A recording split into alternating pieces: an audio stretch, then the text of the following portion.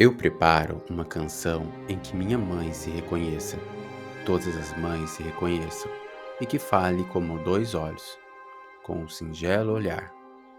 Caminho por uma rua que passa em muitos países. Se não me veem, eu vejo. E saúdo velhos amigos. Eu distribuo um segredo. Como quem ama ou sorri, do jeito mais natural, dois carinhos se procuram. Minha vida, nossas vidas, formam um só diamante. Aprendi novas palavras e tornei outras mais belas. Eu preparo uma canção que faça acordar os homens e adormecer as crianças.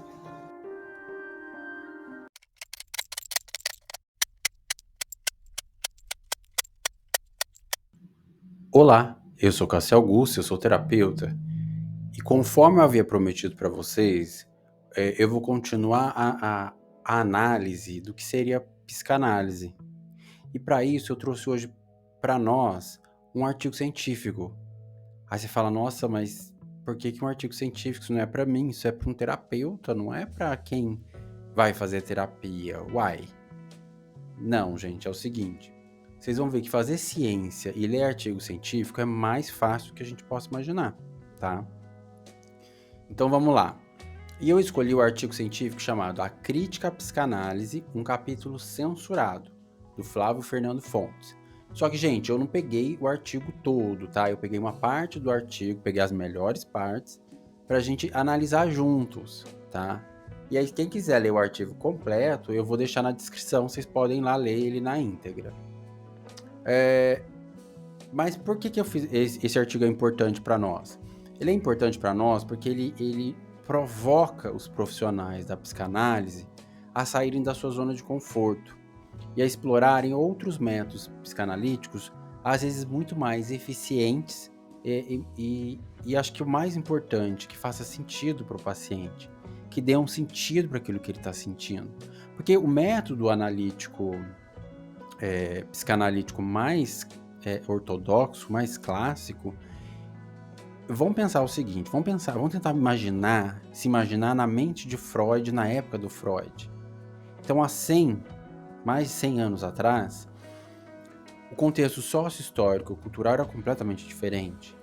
Então, para você falar de desejos e vontades sexuais, por exemplo, você não podia chegar e falar abertamente o que você estava desejando e sentindo.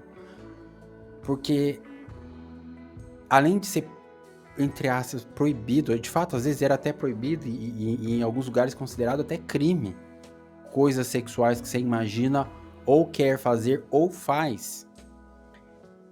Então, o que a mente, sabiamente, faz? Ela entra num processo até meio que doentio e paranoico, e psicótico, e lunático e tudo mais. Você vai entrando numa persona totalmente desajustada por conta da sua repressão cognitiva. E aí, desenrolar esse fio por meio da interpretação dos sonhos tem muito sentido. Porque você vai falando pelas bordas, você vai interpretando aquilo pelas bordas, até chegar àquela persona que está desajustada. Então, na época de Freud, se eu falar em metacognição, que eles nem sabiam que era isso, se eu falar em metacognição, a metacognição do próprio terapeuta também sofria inúmeras, como é que eu vou dizer, inúmeras impossibilidades cognitivas. Eles eram limitados, eles eram obrigados a serem limitados. E Freud é a primeira pessoa que tenta fazer uma análise científica daquilo que está perturbando a mente dentro de um contexto sócio-cultural diferente do de hoje, além disso, e também dentro de um hospital psiquiátrico, dentro de um lugar extremamente de mentes altamente, fortemente perturbadas por conta do que fizeram a elas ou que alguma coisa orgânica nela, tenha nela, também influencia. Então esse era o contexto. Então não dá para você ter uma conversa direta igual eu fiz. Eu fiz uma síntese do que seria um processo psicanalítico. Só que eu não vou chegar em uma pessoa sentar na minha frente Se ela tiver um transtorno de personalidade, se eu chegar nela e dar um choque de realidade nela, olha, no final, é a sua persona que está desajustada por conta da sua interpretação equivocada em relação à sua infância ou dos adultos que promoveram essa fixação, essa crença que é limitante que está dentro de você agora. Aí eu já chego nela no primeiro dia e falo, olha, então vamos desconstruir você. E como é que eu vou desconstruir você? Não é a sugestão freudiana que eu estou falando aqui, mas a sugestão metacognitiva com cognições mais assertivas e mais uma possibilidade maior de escolha cognitiva por métodos científicos. Por exemplo, a teoria cognitiva comportamental, eu vou inserir aqui. O Freud nem falava em teoria cognitiva comportamental. Então, hoje, pensar em fazer uma psicanálise nos moldes antigos, eu não vou dizer que está errado, volto mais uma vez a dizer, mas é inadequado, não cabe mais nos tempos de hoje. Qual o perfil que vai aceitar ainda esse método? Um perfil mais transtornado. A pessoa não está ali para ouvir, ela não está pronta para ter choque de realidade, ela não está pronta para se ver. Ela está dentro de um devaneio, de uma história, de uma ilusão, de uma historinha que ela conta para ela há anos. E que se você tirar essa ilusão dela, ela desaba. Então, sim, o método psicanalítico freudiano na interpretação dos sonhos para essa pessoa é perfeito. Primeiro porque ela vai primeiro ser ouvida. Ela não é ouvida, você está reprimido, você não está sendo ouvido. Então ela vai ser ouvida, vai ser validada de uma certa forma. E de passo a passo, aí ela vai começar a escrever a história, a narrativa dela para você, dentro do que convém a ela relatar, e também do que é o fato, do que aconteceu de fato. Então são as duas coisas que vão se bater. E aí dentro de uma análise, e aí nós vamos ver na crítica do artigo, dentro de uma análise mais ortodoxa, mais clássica, ou não necessariamente freudiana, mas junguiana ou outras vertentes, o analista ele pode se perder buscando isso no paciente, sendo que na verdade aquilo não necessariamente está nele. Em outras palavras, uma terapia junguiana funciona? Funciona. Para todos? Não. Só que não adianta eu ser um junguiano e procurar os traços e as características junguianas em todos. Não vai ter. Talvez uma terapia freudiana funcione para a pessoa A, para a pessoa B uma junguiana, para a pessoa C nenhuma das duas. Ou nenhuma delas que a psicanálise fornece nesse momento.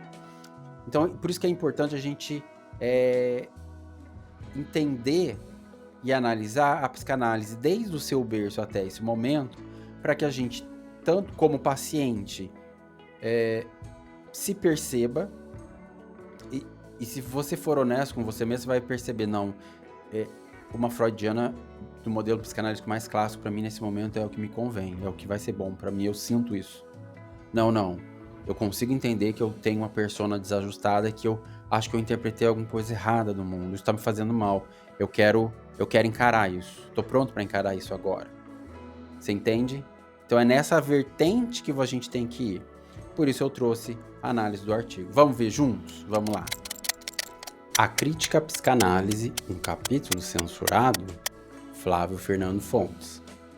Bom, ele começa falando, nos mostrando a fala do Adolfo Grambel, que diz o seguinte: o principal livro de Grambel, de 1984, pode ser definido como um forte ataque ao método da associação livre. Segundo o autor, todos os dados clínicos coletados pela associação livres estão contaminados pela sugestão. A ação do método da associação livre pede que o sujeito fale tudo o que vier à sua cabeça, mesmo que pareça sem importância. Mas o comportamento do lado do analista não tem uma orientação correspondente que seja claro o suficiente para chamarmos de método. Temos uma instrução verbal clara e precisa para o analisando, mas o material que se segue não é escutado passivamente pelo analista. Ele reage de acordo com uma teoria. Assim, junguianos descobrem material junguiano, freudianos, material freudiano. Lacanianos, material lacanianos, ad infinito. Aqui, a crítica é feita ao modelo psicanalítico, que é o paciente, qual a instrução que é clara para o paciente? Fale o que quiser, fale o que vier à cabeça, comece a construir uma narrativa que não tem nenhum compromisso com a realidade, mas construa essa narrativa e vamos juntos interpretar essa narrativa. Esse é o método. O problema é o seguinte, e por que ele é longo? Porque o analisando ele pode falar o que ele quiser, no tempo que ele quiser.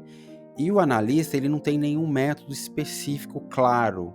Ele só vai te ajudar ou te auxiliar na interpretação, em dar sentido àquela dor que você está sentindo. Então ele vai tentar ressignificar essa dor junto com você. Esse é o método. Só que ele é muito livre, ele é muito solto, porque você pode tanto ressignificar a narrativa com mais ilusão, com mais interpretação ainda, ou com mais realidade. Essa é a questão.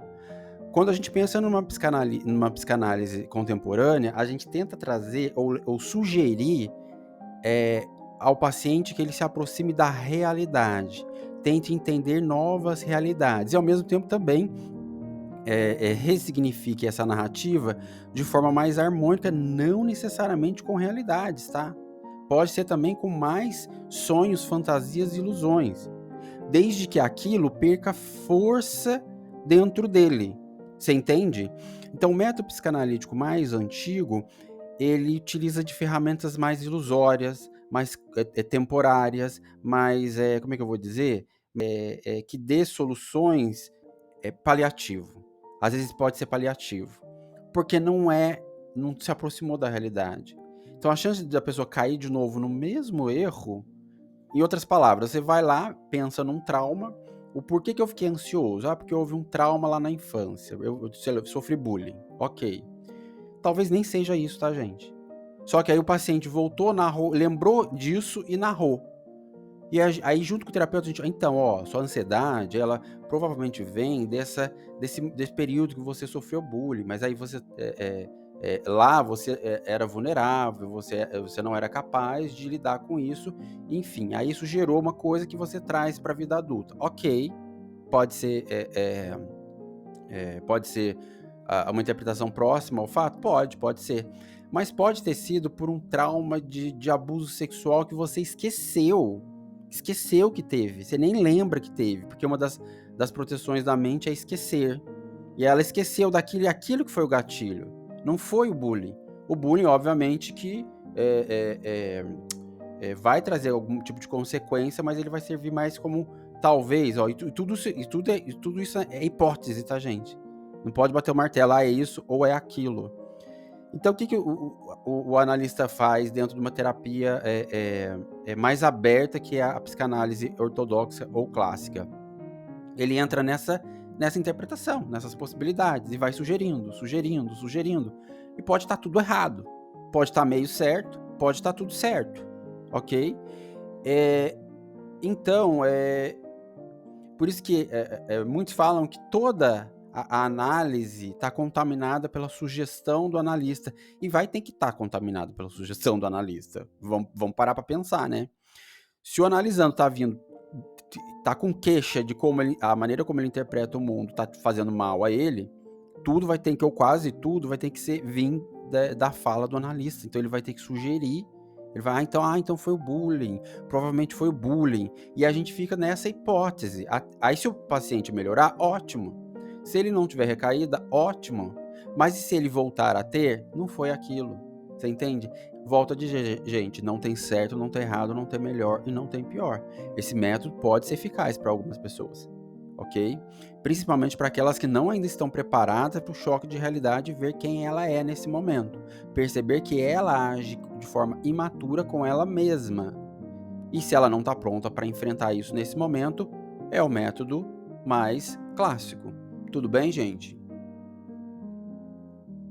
Bom, gente, então vamos continuar. O problema da sugestão e o papel da pesquisa histórica. O conjunto das críticas podem levar a reavaliações importantes da sua teoria e história. Gostaríamos de apontar aqui somente duas questões que nos parecem especialmente centrais e que podem suscitar outras pesquisas. Então, vale, gente, aqui observar a metáfora de Freud de 2006, a pintura e a escultura. A pintura, que seria o trabalho de sugestão funcionando per via de pore, por meio de, que é um modo de operar a pintura, acrescentando partículas de cores em uma tela em branco onde antes nada existia. Então, o papel da pintura fica na mão do analisando ou do paciente. Enquanto o papel da escultura, na metáfora, é do analista. Então, o que ele é?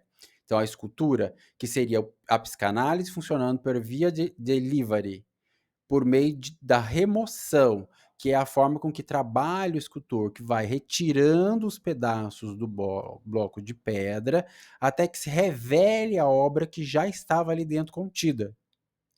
Que no final é o que estamos buscando, digamos assim. Vai se revelar o problema. E que é especialmente emblemática dessa pretensão. E aí a palavra pretensão aqui cabe bem. É muito pretensiosa essa ideia de que por tirar pedaços você vai encontrar. Ei, achei a cura. Pouco provável. Então, afinal, o quão diferente pode ser a escultura revelada por dois analistas diferentes a partir do mesmo mármore inicial? Pergunta óbvia. Um resultado completamente diferente. Porque é intuitivo, assertivo ou o contrário. Então, a obra final de cada analista em relação a analisando vai ser completamente diferente. Talvez ele, naquele exemplo da ansiedade, o segundo analista perceba que é por causa do abuso sexual. E só que ainda pode ser que não seja nada disso, que ele seja bipolar. E que a ansiedade é acionada nele por uma questão fisiológica. E que qualquer ponte ou âncora com o passado pode servir para aliviar o sintoma agora no momento, mas logo em seguida cai por terra e ele continua sentindo o sintoma. Olha que complexo, gente, que é o negócio. Bom, porém, se a eliminação da sugestão é uma tarefa impossível, como preferem sugerir especialmente Grumber e Macmillan, então é preciso rever o papel do analista, como mais ativo participante do que a imagem proposta por Freud permite reconhecer. Sim, gente, a psicanálise contemporânea já nos oferece inúmeras ferramentas. A gente já fala em metacognição, em cognitiva comportamental, em métodos psicanalíticos diferenciados, você vai ter vários. Tem toda a questão, todo o estudo da psicologia envolvida, tem o estudo motivacional, tem as espiritualidades, então tem muita ferramenta além daquela primeira que nasceu no berço freudiano, que eu volto a dizer, não descarto em algumas situações pontuais. Só que elas devem ser utilizadas em questões pontuais e de médio, curto prazo. Longo, não. Então, se uma persona continua desajustada depois de 2, 3, 4, 5, 10 anos, gente, esse método já não está servindo há muito tempo. Analista, vamos, acorda, filho, vamos estudar mais, vamos pegar mais conteúdo novo para aplicar nesse paciente. O modelo antigo aqui não serve. Então ele tem que ter esse feeling, tem que ter essa metacognição afinada, e ele só vai ter isso se ele estudar muito, tá? Então tá, o caso clínico revela tanto sobre o analista quanto sobre o paciente, fica sempre interrogado sobre quem se está falando efetivamente. Gente, nessa fala do devaneio de sonhos, vai ter que ter fala do psicanalista no meio, como eu disse, porque se a pessoa está sentada ali, ela falhou em se autorregular. Então ela precisa que alguém autorregule o pensamento dela, as ideias dela. Ela precisa de um sinal, ela precisa de uma ajuda, ela precisa de um farol a ser seguido.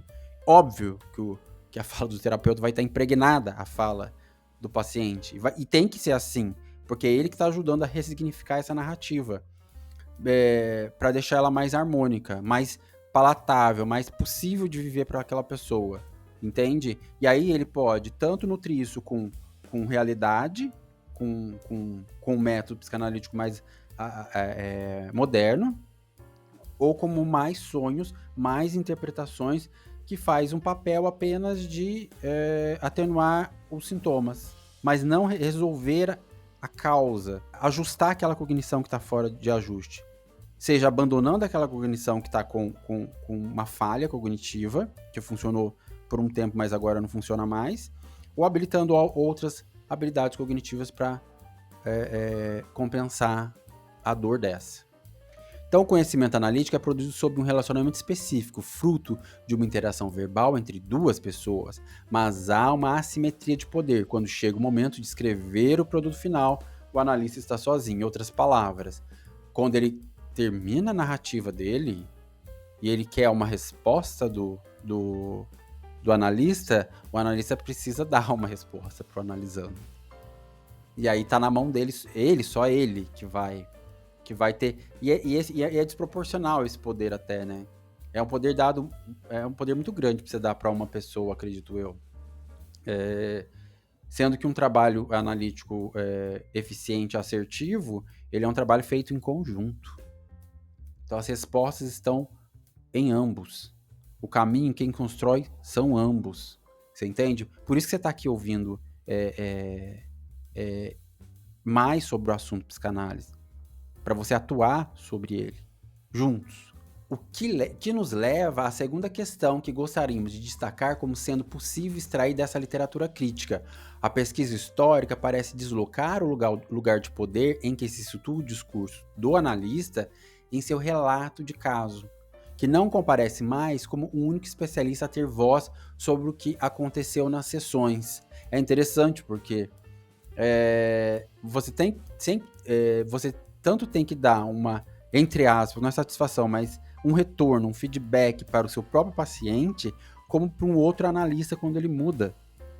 Você entende?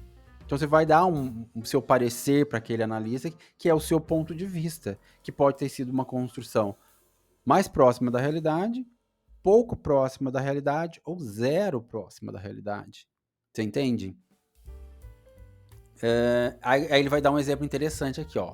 Podemos ver um exemplo de discurso do paciente questionando a interpretação dada pelo analista, e nesse caso foi Freud, em uma entrevista com O Homem dos Lobos, na qual esse afirma: na minha história, que é que foi explicado pelos sonhos decisivamente? Eu não saberia dizer. Freud remeteu tudo à cena primária que ele deduziu do sonho, mas no sonho ela não aconteceu. Por exemplo, quando ele viu nos lobos brancos os camisolões de dormir, ou alguma coisa desse gênero, quando viu neles os lençóis da cama ou as roupas, afinal, é uma coisa sem pé nem cabeça, na minha opinião. A interpretação de Freud não sei, acho que é ir longe demais. Gente, olha isso. Lembra que eu falei que eu dei um exemplo de dentro do consultório do analista, a gente chegar à conclusão de que você poderia estar sofrendo de ansiedade pela questão do bullying, lembra? Só que assim, gente, a terapia pode começar interpretando sonhos. Sonhos não tem nada, não tem pé nem cabeça, não tem começo nem fim. É uma historinha com lobo. Um falava que o branco era o lençol e o outro falava que não era isso. Olha isso, gente. Você pode ficar dias, semanas, meses rodando em volta disso daí. Pra ele, no final, no meio da sessão, aí ele solta. Ah, mas eu sou muito ansioso. Aí o analista pode até sugerir. Mas por que você acha que você é ansioso? Aí que ele vai relatar o bullying. Depois de, sei lá, depois de 5 meses pode acontecer isso. Depois de 1 ano pode acontecer isso. Vocês entendem? Então vocês ficam dias discutindo por que o ovo no sonho era um ovo inteiro ou era um ovo quebrado. E aí, o sonho é do paciente, então a interpretação é dele. Você tem que ajudar ele a entender o ovo. Aí você sugere, mas o ovo não poderia ser o nascimento? Aí ele, nossa, pode ser o nascimento. Ele vai falar, não, não é o nascimento. Tá vendo a seara que você pode se embrenhar antes de chegar nos pormenores? Por isso que é uma terapia longa, demorada e cara. E com pouca efetividade. Com baixa efetividade. Porque você não vai direto ao ponto, você não chega, olha, eu tô sofrendo de depressão, eu tô sofrendo de ansiedade, Então você chegar, então por que será que a gente tá sofrendo de ansiedade e depressão? E a gente começa a se questionar. E aí ser levado para uma cena onde ele narra o possível bullying. Ok. Você é livre, você fala o que você quiser. Por sonho, gente, como é que é sonho? Sonho é uma bagunça cognitiva. Você tem que organizar um quebra-cabeça que às vezes não tem peça. E aí você fica ali completando peça. O analista e o analisando. Que não vai dar lugar nenhum. Às vezes não dá lugar nenhum, às vezes dá alguns lugares. Porque ali ele puxa, às vezes é a vertente que vai puxar para você começar a se abrir e você descobrir que na verdade a sexualidade reprimida dele que tá começando a trazer ansiedade, parará, e aí começa a terapia. Você entende? É isso. Bom, para finalizar, a psicanálise, como a psicologia, não é uma ciência jovem. A produção historiográfica, cada vez maior e frequente, revisionista, faz com que o passado da psicanálise se torne um lugar de múltiplas interpretações e disputas, que interroga a todo momento a prática analítica do presente. Gente, não é para brigar com o seu terapeuta, lembrando que você que dá o tom. E agora sabendo como funciona a psicanálise, qual o seu papel, é só quando você estiver se sentindo preparado para se abrir, para se perceber, para se observar. Enquanto isso não acontece, não tem problema nenhum ficar na fase do ovo, no devaneio, no sonho, tentando organizar as ideias. O quanto precisar, não tem problema. O problema é só ficar ali. E, e, e se sua mente está uma bagunça, perfeito. Falar o que quer no tempo que quiser vai ajudar a ir ordenando essa mente. Mas isso tem que ir caminhando para se ordenar essas ideias e pensamentos. E para também utilizar métodos variados e mais eficientes, que somente estar dentro desse devaneio, dentro desse sonho. Tudo bem, gente? Essa é a proposta. Bacana, né, gente? Deu para entender? Então, a gente precisa a todo momento se interrogar da nossa prática. Nós, como psicanalistas, e vocês, como analisando/paciente. Os dois têm um papel dentro desse processo. Os dois têm um papel atuante dentro desse processo. É conjunto, não é competitivo, não é quem sabe mais pode mais. Ele é cooperativo, entende? Respeite a sua psique, respeite a sua persona. Se ela não está pronta para o choque de realidade, tá tudo bem, gente. Ok? Mas então eu vou continuar nas análises sobre a psicanálise e para que a gente possa entender nosso papel dentro de um processo psicanalítico, atuar sobre ele, despertar, ativar novas cognições e encontrar nosso propósito. Tá bom, meus amores? Até a próxima. Beijo. Se inscreva, dê like, compartilhe, ajude o canal a crescer.